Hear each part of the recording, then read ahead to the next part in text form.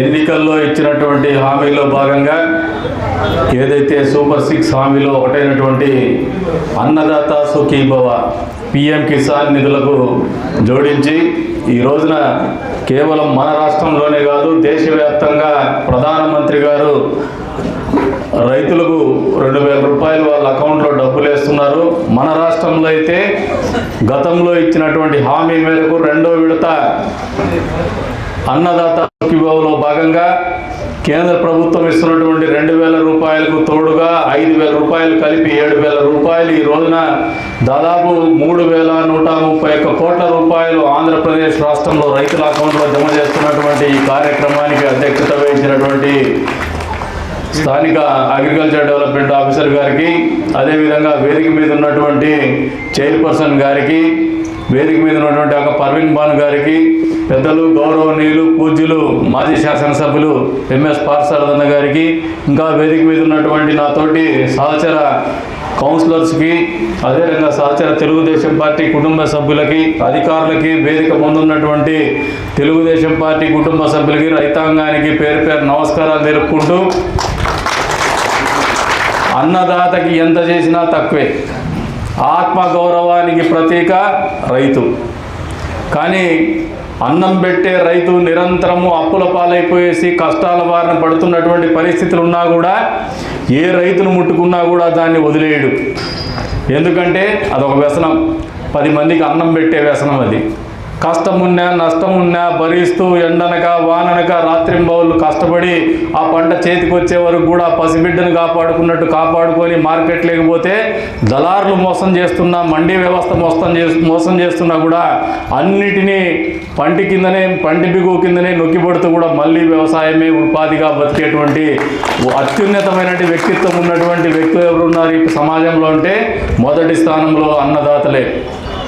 ఇందాక పెద్దలు పార్తాన్ని అడుగుతున్నారు, మోడీ గారు ఈ మోడీ గారైనా అక్కడ పోయిండేది కూడా అని. నేను ఉదయం చూసినప్పుడు కానీ నిన్న చూసినప్పుడు కానీ మా నాయకుడు చంద్రబాబు నాయుడు గారిని వారి తనయుడు లోకేష్ బాబుని చూసినప్పుడు కూడా ఇంత చిన్న వయసులో ఆయన కూడా మేము చేస్తున్నది కష్టం చాలా తక్కువ, వాళ్ళు చేస్తున్న కష్టం చాలా ఎక్కువ. మామూలుగా ఇంత వయసులో 76, 77 ఏళ్ళ వయసులో వాళ్ళకి ఇంత కష్టం చేయాల్సినటువంటి అవసరం లేదు, ప్రధానమంత్రి అయిపోయినారు. అయినా తపనేముంటుందంటే నాయకులకి నన్ను నమ్మినటువంటి ప్రజానీకాన్ని, నాకు ప్రేమ చూపించినటువంటి ప్రజానీకాన్ని, నన్ను నమ్మినటువంటి దేశానికి మంచి చేయాలి అనే ఆలోచనే వాళ్ళని బలంగా బలహీనులు కాకుండా ఎప్పటికప్పుడు నూతన యవ్వనంగా అత్యంత బలం ఉన్నటువంటి శక్తివంతులుగా తయారు చేసేటువంటి ఆయుధం అని చెప్పేసి కూడా ఈ సందర్భంగా తెలియజేస్తూ ఉన్నాను. అందుకే వాళ్ళు సమాజంలో గౌరవింపబడుతూ ఉన్నారు. వారికంటే కూడా పెద్ద స్థాయిలో గౌరవింపబడేది భారతదేశంలో కానీ ప్రపంచ దేశాల్లో కానీ ఎవరంటే 10 మందికి అన్నం పెట్టేటువంటి రైతే.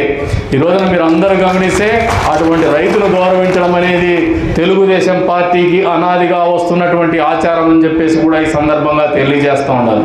అందులో భాగంగా ఈ రోజున ప్రధానమంత్రి ప్రసంగం చూసినప్పుడు నిరంతరం కూడా ఆయన రైతులని ప్రకృతి వ్యవసాయం గురించి నొక్కి వక్కానిస్తూనే వస్తూ ఉన్నారు.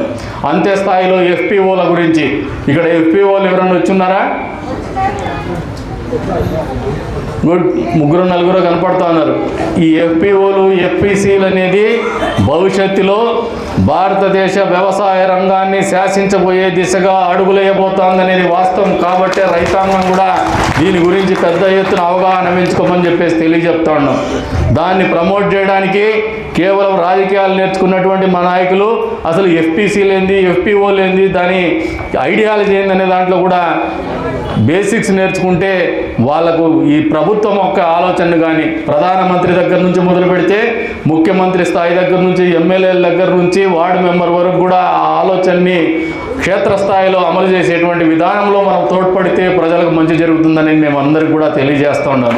అందుకని ఎప్పటికప్పుడు నాయకులు కూడా నేర్చుకోవాలి. ఈ రోజున సంక్షేమము అభివృద్ధి 2 కళ్ళుగా నడిపిస్తున్నటువంటి ప్రభుత్వాలు ఉన్నాయి. కేంద్రంలో ప్రధానమంత్రి గారు కావచ్చు, రాష్ట్రంలో చంద్రబాబు నాయుడు గారు, పవన్ కళ్యాణ్ గారు కావచ్చు, రాష్ట్ర పురోభివృద్ధి, దేశ పురోభివృద్ధి కాంక్షిస్తూ నడిపిస్తున్నటువంటి విధానం అనేది ప్రతి నాయకుడు కూడా అర్థం చేసుకోవాల్సినటువంటి అవసరం ఉంది. క్లిష్టమైనటువంటి పరిస్థితుల్లో అధికారంలోకి వచ్చిన ఈ కూటమి ప్రభుత్వం రాష్ట్రంలో ఆర్థికంగా సంక్షోభంలో ఉన్నప్పటికీ, ఆర్థికంగా ఇబ్బందులు ఉన్నప్పటికీ కూడా కేంద్ర ప్రభుత్వం ఇస్తున్నటువంటి సహాయ సహకారాలను పునిగిపుచ్చుకొని ఈరోజు పోలవరం పూర్తి చేసేటువంటి పరిస్థితులకి పరుగులు ఎడుతున్నామనేది వాస్తవాన్ని మీకు అందరికీ కూడా తెలియజేస్తున్నాం. తద్వారా రైతాంగానికి మంచి చేసేటువంటి కార్యక్రమము అత్యంత వేగవంతంగా నడుస్తుందనేది వాస్తవం అని గమనించుకోమని చెప్పేసి తెలియజేస్తున్నాం. అంతే స్థాయిలో మన పిల్లలు చదువుకుంటా ఉంటే మీ రాష్ట్ర రాజధాని ఏదంటే చెప్పుకోలేనటువంటి పరిస్థితుల్లో రాష్ట్ర విభజన జరిగిన తర్వాత కేవలం వ్యవసాయంలో వచ్చేటువంటి ఆదాయమే ప్రధాన ఆదాయ వనరుగా ఎదిగినటువంటి ఈ రాష్ట్రాన్ని అప్పుల ఊబుల్లో నుంచి కాపాడుకోవాలంటే ఆర్థిక రాజధాని కూడా అవసరమనే ఆలోచనతోనే ప్రజా రాజధాని అమరావతిని పరుగులు పెట్టిస్తున్నటువంటి ముఖ్యమంత్రి గారి ఆలోచనని, ప్రధానమంత్రి గారి సహాయ సహకారాలను కూడా రైతాంగం కూడా అర్థం చేసుకోమంటున్నాను. అక్కడ కూడా ప్రధాన భూమిక పోషించిండేది రైతాంగమే. 33,000 ఎకరాల భూముల్ని కేవలం ల్యాండ్ పూలింగ్లో ఒక ముఖ్యమంత్రి గారి ఒక మాట కోసం ఈ రాష్ట్రాన్ని బాగు చేయాలని ఒకే ఒక సత్సంకల్పానికి ప్రతీకగా ఆలోచన చేసి త్యాగం చేసినటువంటి రైతన్నల త్యాగం ఎప్పటికి కూడా ఈ రాష్ట్రము ఈ దేశం మర్చిపోనటువంటి పరిస్థితి మీరు అందరూ గుర్తెరగాలని చెప్పేసి కూడా ఈ సందర్భంగా తెలియజేస్తున్నాను. ఆలోచన చేసి కరువు ప్రాంతమైనటువంటి అనంతపురం జిల్లాకి రైతాంగాన్ని ఆదుకోవాలనే ఆలోచనతో నదీ జలాలను తీసుకురావాలని మొదలుపెట్టినటువంటి హంద్రి నివాస్ సుజల స్రవంతి కార్యక్రమాన్ని మళ్ళీ అధికారంలోకి వచ్చిన చంద్రబాబు నాయుడు గారు పూర్తి చేస్తేనే ఈ ప్రాంతంలో చెరువులపల్లి నీళ్లు వచ్చినాయి, అంతే స్థాయిలో చెరువులకు కూడా నీళ్లు వచ్చినాయని చెప్పేసి వాస్తవాన్ని గుర్తెరగమని చెప్పేసి కూడా రైతాంగం అర్థం చేసుకోమని చెప్పేసి కోరుతా ఉన్నాను.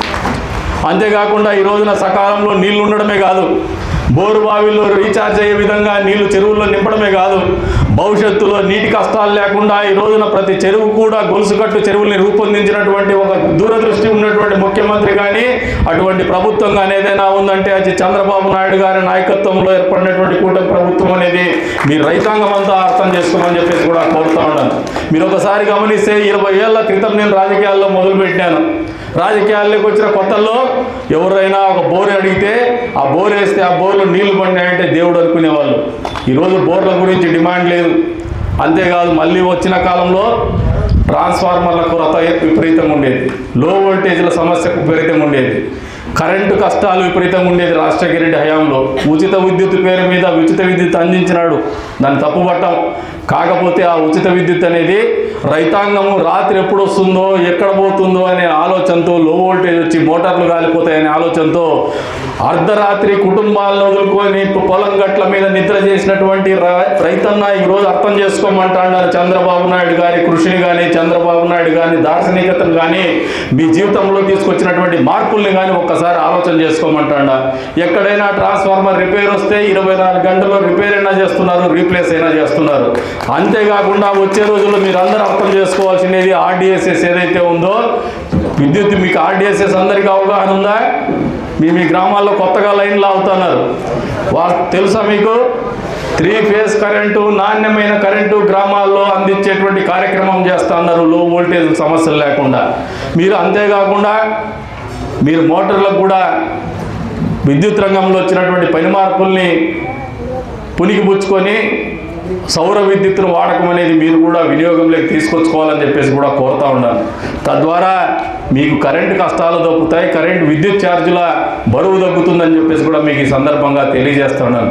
ఇంకా ఎక్కడైనా మీకు చిన్న చిన్న పొలాలు ఉంటే దాంట్లో కొద్ది వరకు సోలార్ ప్యానెల్ పెట్టుకునేటువంటి వెసులుబాటు కూడా ఉందనేది వాస్తవం. మీరు దాన్ని వినియోగించుకోమని చెప్పేసి కూడా కోరుతా ఉన్నాను. అంతేకాకుండా మీ ఇళ్ల మీద రూఫ్ టాప్ సోలార్ కూడా ప్రభుత్వం అనుమతులు ఇచ్చింది. మీకు 2 కిలోవాట్స్కి ప్రభుత్వమే సబ్సిడీ ఇస్తోంది, 70,000 రూపాయలు సబ్సిడీ ఇస్తోంది. దీన్ని కూడా వినియోగించుకోమని చెప్పేసి పెద్ద ఎత్తున మిమ్మల్ని అందరినీ కూడా కోరుతా ఉన్నాను. ఇన్ని రకాలుగా ప్రజల జీవితాల్లోనూ రైతాంగం జీవితాల్లో మార్పు తెచ్చేటువంటి ప్రభుత్వం యొక్క ఒక దూరదృష్టిని కానీ సదుద్దేశాన్ని కానీ మీరు అర్థం చేసుకోమని చెప్పేసి కోరుతా ఉన్నాను. ఈరోజున సబ్సిడీ మీద విత్తనాలు సకాలంలో అందిస్తూ ఉన్నాం. అంతేకాకుండా డ్రిప్ ఇరిగేషన్ మళ్ళీ 90% సబ్సిడీతో మీకు అందిస్తాను. గత పాలకులు మర్చిపోయినారు, అది 1 ఇంచు డ్రిప్ ఇరిగేషన్ పరికరాలు కూడా అందించినటువంటి పాపన బోలవాళ్ళు. మళ్ళీ ఈ రోజున అన్నదాత సుఖీభావిస్తామంటే మిమ్మల్ని అమాయకుల కింద చూసేసి మిమ్మల్ని మోసం చేస్తున్నారని చెప్పినారు. ఈ రోజున మీరు అందరూ గుండెల మీద చేసుకొని ఆలోచన చేసుకోండి. ఇచ్చినటువంటి మాట కట్టుబడి మళ్ళీ రెండో విడత ఈ రోజున 7,000 డబ్బులు మొన్నే ఇచ్చినటువంటి పరిస్థితి ఇక్కడనే మీటింగ్ పెట్టుకొని మళ్ళీ వెంటనే 7,000 రూపాయలు మీకు అందిస్తోందా లేదా మీరు ఒక్కసారి అర్థం చేసుకోమని చెప్పేసి కోరుతా ఉన్నాను. మీరు మీ ఆశీర్వాదం ఎప్పుడు కూడా ఈ రైతు ప్రభుత్వానికి ఉండాలని చెప్పేసి కూడా కోరుతా ఉన్నాను. అంతేకాకుండా ఇన్ని రకాలుగా రైతులకు ఏం అవసరం ఉంటుంది? విత్తనాలు సకాలంలో రావాలి, మీరు పండించినటువంటి పంట గిట్టుబాటు ధర కావాలా, మీరు పండించినటువంటి పంట అమ్ముకునేటువంటి పరిస్థితులు కల్పించాలా మార్కెటింగ్ శాఖ ద్వారా, మీకు ఎరువులు సకాలంలో అందాలా. మీరు గత పాలకులను చూస్తే ఎరువుల కోసం క్యూ లైన్లలో కాచుకునేటువంటి పరిస్థితులు మర్చిపోతూ సుమా అని చెప్పి హెచ్చరిస్తా ఉన్నాను. ఈ ప్రభుత్వంలో ఎక్కడ కూడా ఎరువుల కొరత అనేది రాలేదనేది వాస్తవం అని మీరు అందరికీ కూడా తెలియజేస్తా ఉన్నాను. ఈ రోజున జగన్మోహన్ రెడ్డి 11 సీట్లతో అలల్లాడిపోతా ఉన్నాడు. ఈ మధ్యకాలంలో కొత్త స్లోగన్ పెట్టినాడు, 2.0 వస్తుందని. నేను 2.0 వస్తే రప్ప ఆడిస్తా అంటాడు, కానీ మళ్ళీ రైతాంగానికి మంచి చేస్తా అని చెప్పడు, విద్యార్థులకు మంచి చేస్తా అని చెప్పడు, మన ప్రజలకు మంచి చేస్తా అని చెప్పడు, అభివృద్ధిని చేస్తాను, రోడ్లు మంచివి చేస్తాను, గతంలో నేను వేయలేదని చెప్పడు, ఉపాధ్యాయుల్ని బ్రాందీ షాపుల దగ్గర క్యూ లైన్లు మెయింటైన్ చేసి పెడతానని చెప్పడు, ఉపాధ్యాయులతో బాత్రూములు కడిగిస్తా అని చెప్పడు, కేవలం రప్ప మాత్రం చెప్తాడు. మీరు ఆలోచన చేసుకోండి. బాధ్యత కలిగిన పౌరులుగా ఇన్ని రకాలుగా మంచి చేసేటువంటి ప్రభుత్వాలు కేంద్రంలో రాష్ట్రంలో ఉంటేనే మళ్ళీ ఎన్నికలప్పుడు హడావిడి మామూలుగా ఉంటుంది. మీ ఇళ్ళకు వచ్చి ఓటు అడిగేటువంటి కార్యక్రమం ఉంటుంది. నాయకులు కూడా ఎప్పటికప్పుడు మళ్ళీ కష్టాన్ని కానీ ప్రజలకు చేసినటువంటి మంచిని కానీ తెలియజెప్పేటువంటి కార్యక్రమం నిరంతరంగా జరుగుతుంది. అయినప్పటికీ కూడా మళ్ళీ అదృష్టాన్ని పరీక్షించుకునేటువంటి పరిస్థితుల్లో రాజకీయాలు ఉంటే అహంకారం నెత్తికెక్కిండే జగన్మోహన్ రెడ్డి మాత్రము అధికారానికి దూరమే 11 సీట్లతో 17 నెలలే అయినా కూడా రప్ప అంటున్నాడంటే మీరు మళ్ళీ ఆలోచన చేసుకోమని చెప్పేసి కూడా కోరుతా ఉన్నాను. మా సోదరిమణుల ముఖంలో చిరునవ్వు లేదు. తల్లికి వందనం పేరు మీద మీకు డబ్బులు ఎంత ఇచ్చినారో ఒక్కసారి అర్థం చేసుకోండి అమ్మా, అక్క చెల్లెళ్ళారా. మీరు గతంలో ఏదో ఒక పేరు మీద ఆయన డబ్బులు ఇచ్చినాడు, ఇంట్లో అందరికీ డబ్బులు ఇస్తా అని ఎగ్గొట్టిండే మాట వాస్తవమా కాదా? ఒక్కసారి మా చెల్లెమ్మల్ని అర్థం చేసుకోమంటాను. వాస్తవమా కాదమ్మా? మీరు గట్టిగా చెప్పాలా, మీరే గట్టిగా మాట్లాడాల్సింది. వాస్తవమా కాదా? ఈ రోజున ముస్లిం మహిళ ఎదురుగుంది, ఎక్కువ భాగము పిల్లలు వాళ్ళ ఇళ్లలోనే ఉంటారు. మీకే ఎక్కువ మంచి జరిగింది ముస్లిం కుటుంబాల్లోనే. ఎందుకంటే 3-4 పిల్లల్ని అనేటువంటి పరిస్థితి ఎక్కువగా ముస్లిం సమాజంలోనే ఉంటుంది. ఈ రోజున ప్రభుత్వాలు కూడా ప్రమోట్ చేస్తా ఉన్నాయి. మీరు కూడా అలవాటు చేసుకోండి, పిల్లల్ని ఎక్కువ కనమని చెప్పేసి ముఖ్యమంత్రి ప్రధానమంత్రి కూడా చెప్తా ఉన్నారు. పిల్లల్ని ఎక్కువగా అనేటువంటి అలవాటు కూడా చేసుకోమని చెప్పేసి కూడా మీ అందరినీ కూడా కోరుతా ఉన్నాను. అందుకే ప్రోత్సాహకంగా ఎంతమంది పిల్లలు చదువుకుంటా అంటే అంతమంది పిల్లలు కూడా డబ్బులు ఇచ్చేటువంటి ఆలోచన ప్రభుత్వాలకు వచ్చింది. కాబట్టి ధైర్యంగా మీ బిడ్డల్ని ప్రభుత్వం చంద్రబాబు నాయుడు గారి ప్రభుత్వం ఖచ్చితంగా చదివిస్తోంది. కాబట్టి మీకు ఇబ్బంది లేనటువంటి పరిస్థితి, మీ మీద భారం లేనటువంటి పరిస్థితుల్ని, అంతేకాకుండా మీరు ఇంట్లో వంట చేసుకోవడానికి 3 సిలిండర్లు ఉచితంగా ఇచ్చేటువంటి ముఖ్యమంత్రి మనకు అధికారంలో ఉన్నాడు. కాబట్టి మీరు అందరూ ఆలోచన చేసుకొని మళ్ళీ వాళ్ళ కొడుకు రూపేణా మీ బిడ్డలకి అత్యున్నతమైనటువంటి ప్రమాణాలతో స్కూల్ బుక్స్ కానీ షూస్ కానీ బట్టలు కానీ ఇచ్చినటువంటి కార్యక్రమం కూడా మీరు అందరూ గుర్తుపెట్టుకోమని చెప్పేసి కూడా కోరుకుంటూ, ఈ రోజున ఈ అన్నదాత సుఖీభవ PM కిసాన్ కార్యక్రమాన్ని మీరందరూ రైతాంగం అంతా కూడా మనస్ఫూర్తిగా అభినందించాలా, ఈ ప్రభుత్వాల్ని ఆశీర్వదించాలని చెప్పేసి కూడా కోరుకుంటూ అవకాశం కల్పించిన మీ అందరికీ కూడా పేరు పేరున ధన్యవాదాలు తెలుపుకుంటూ సెలవు తీసుకుంటున్నాను.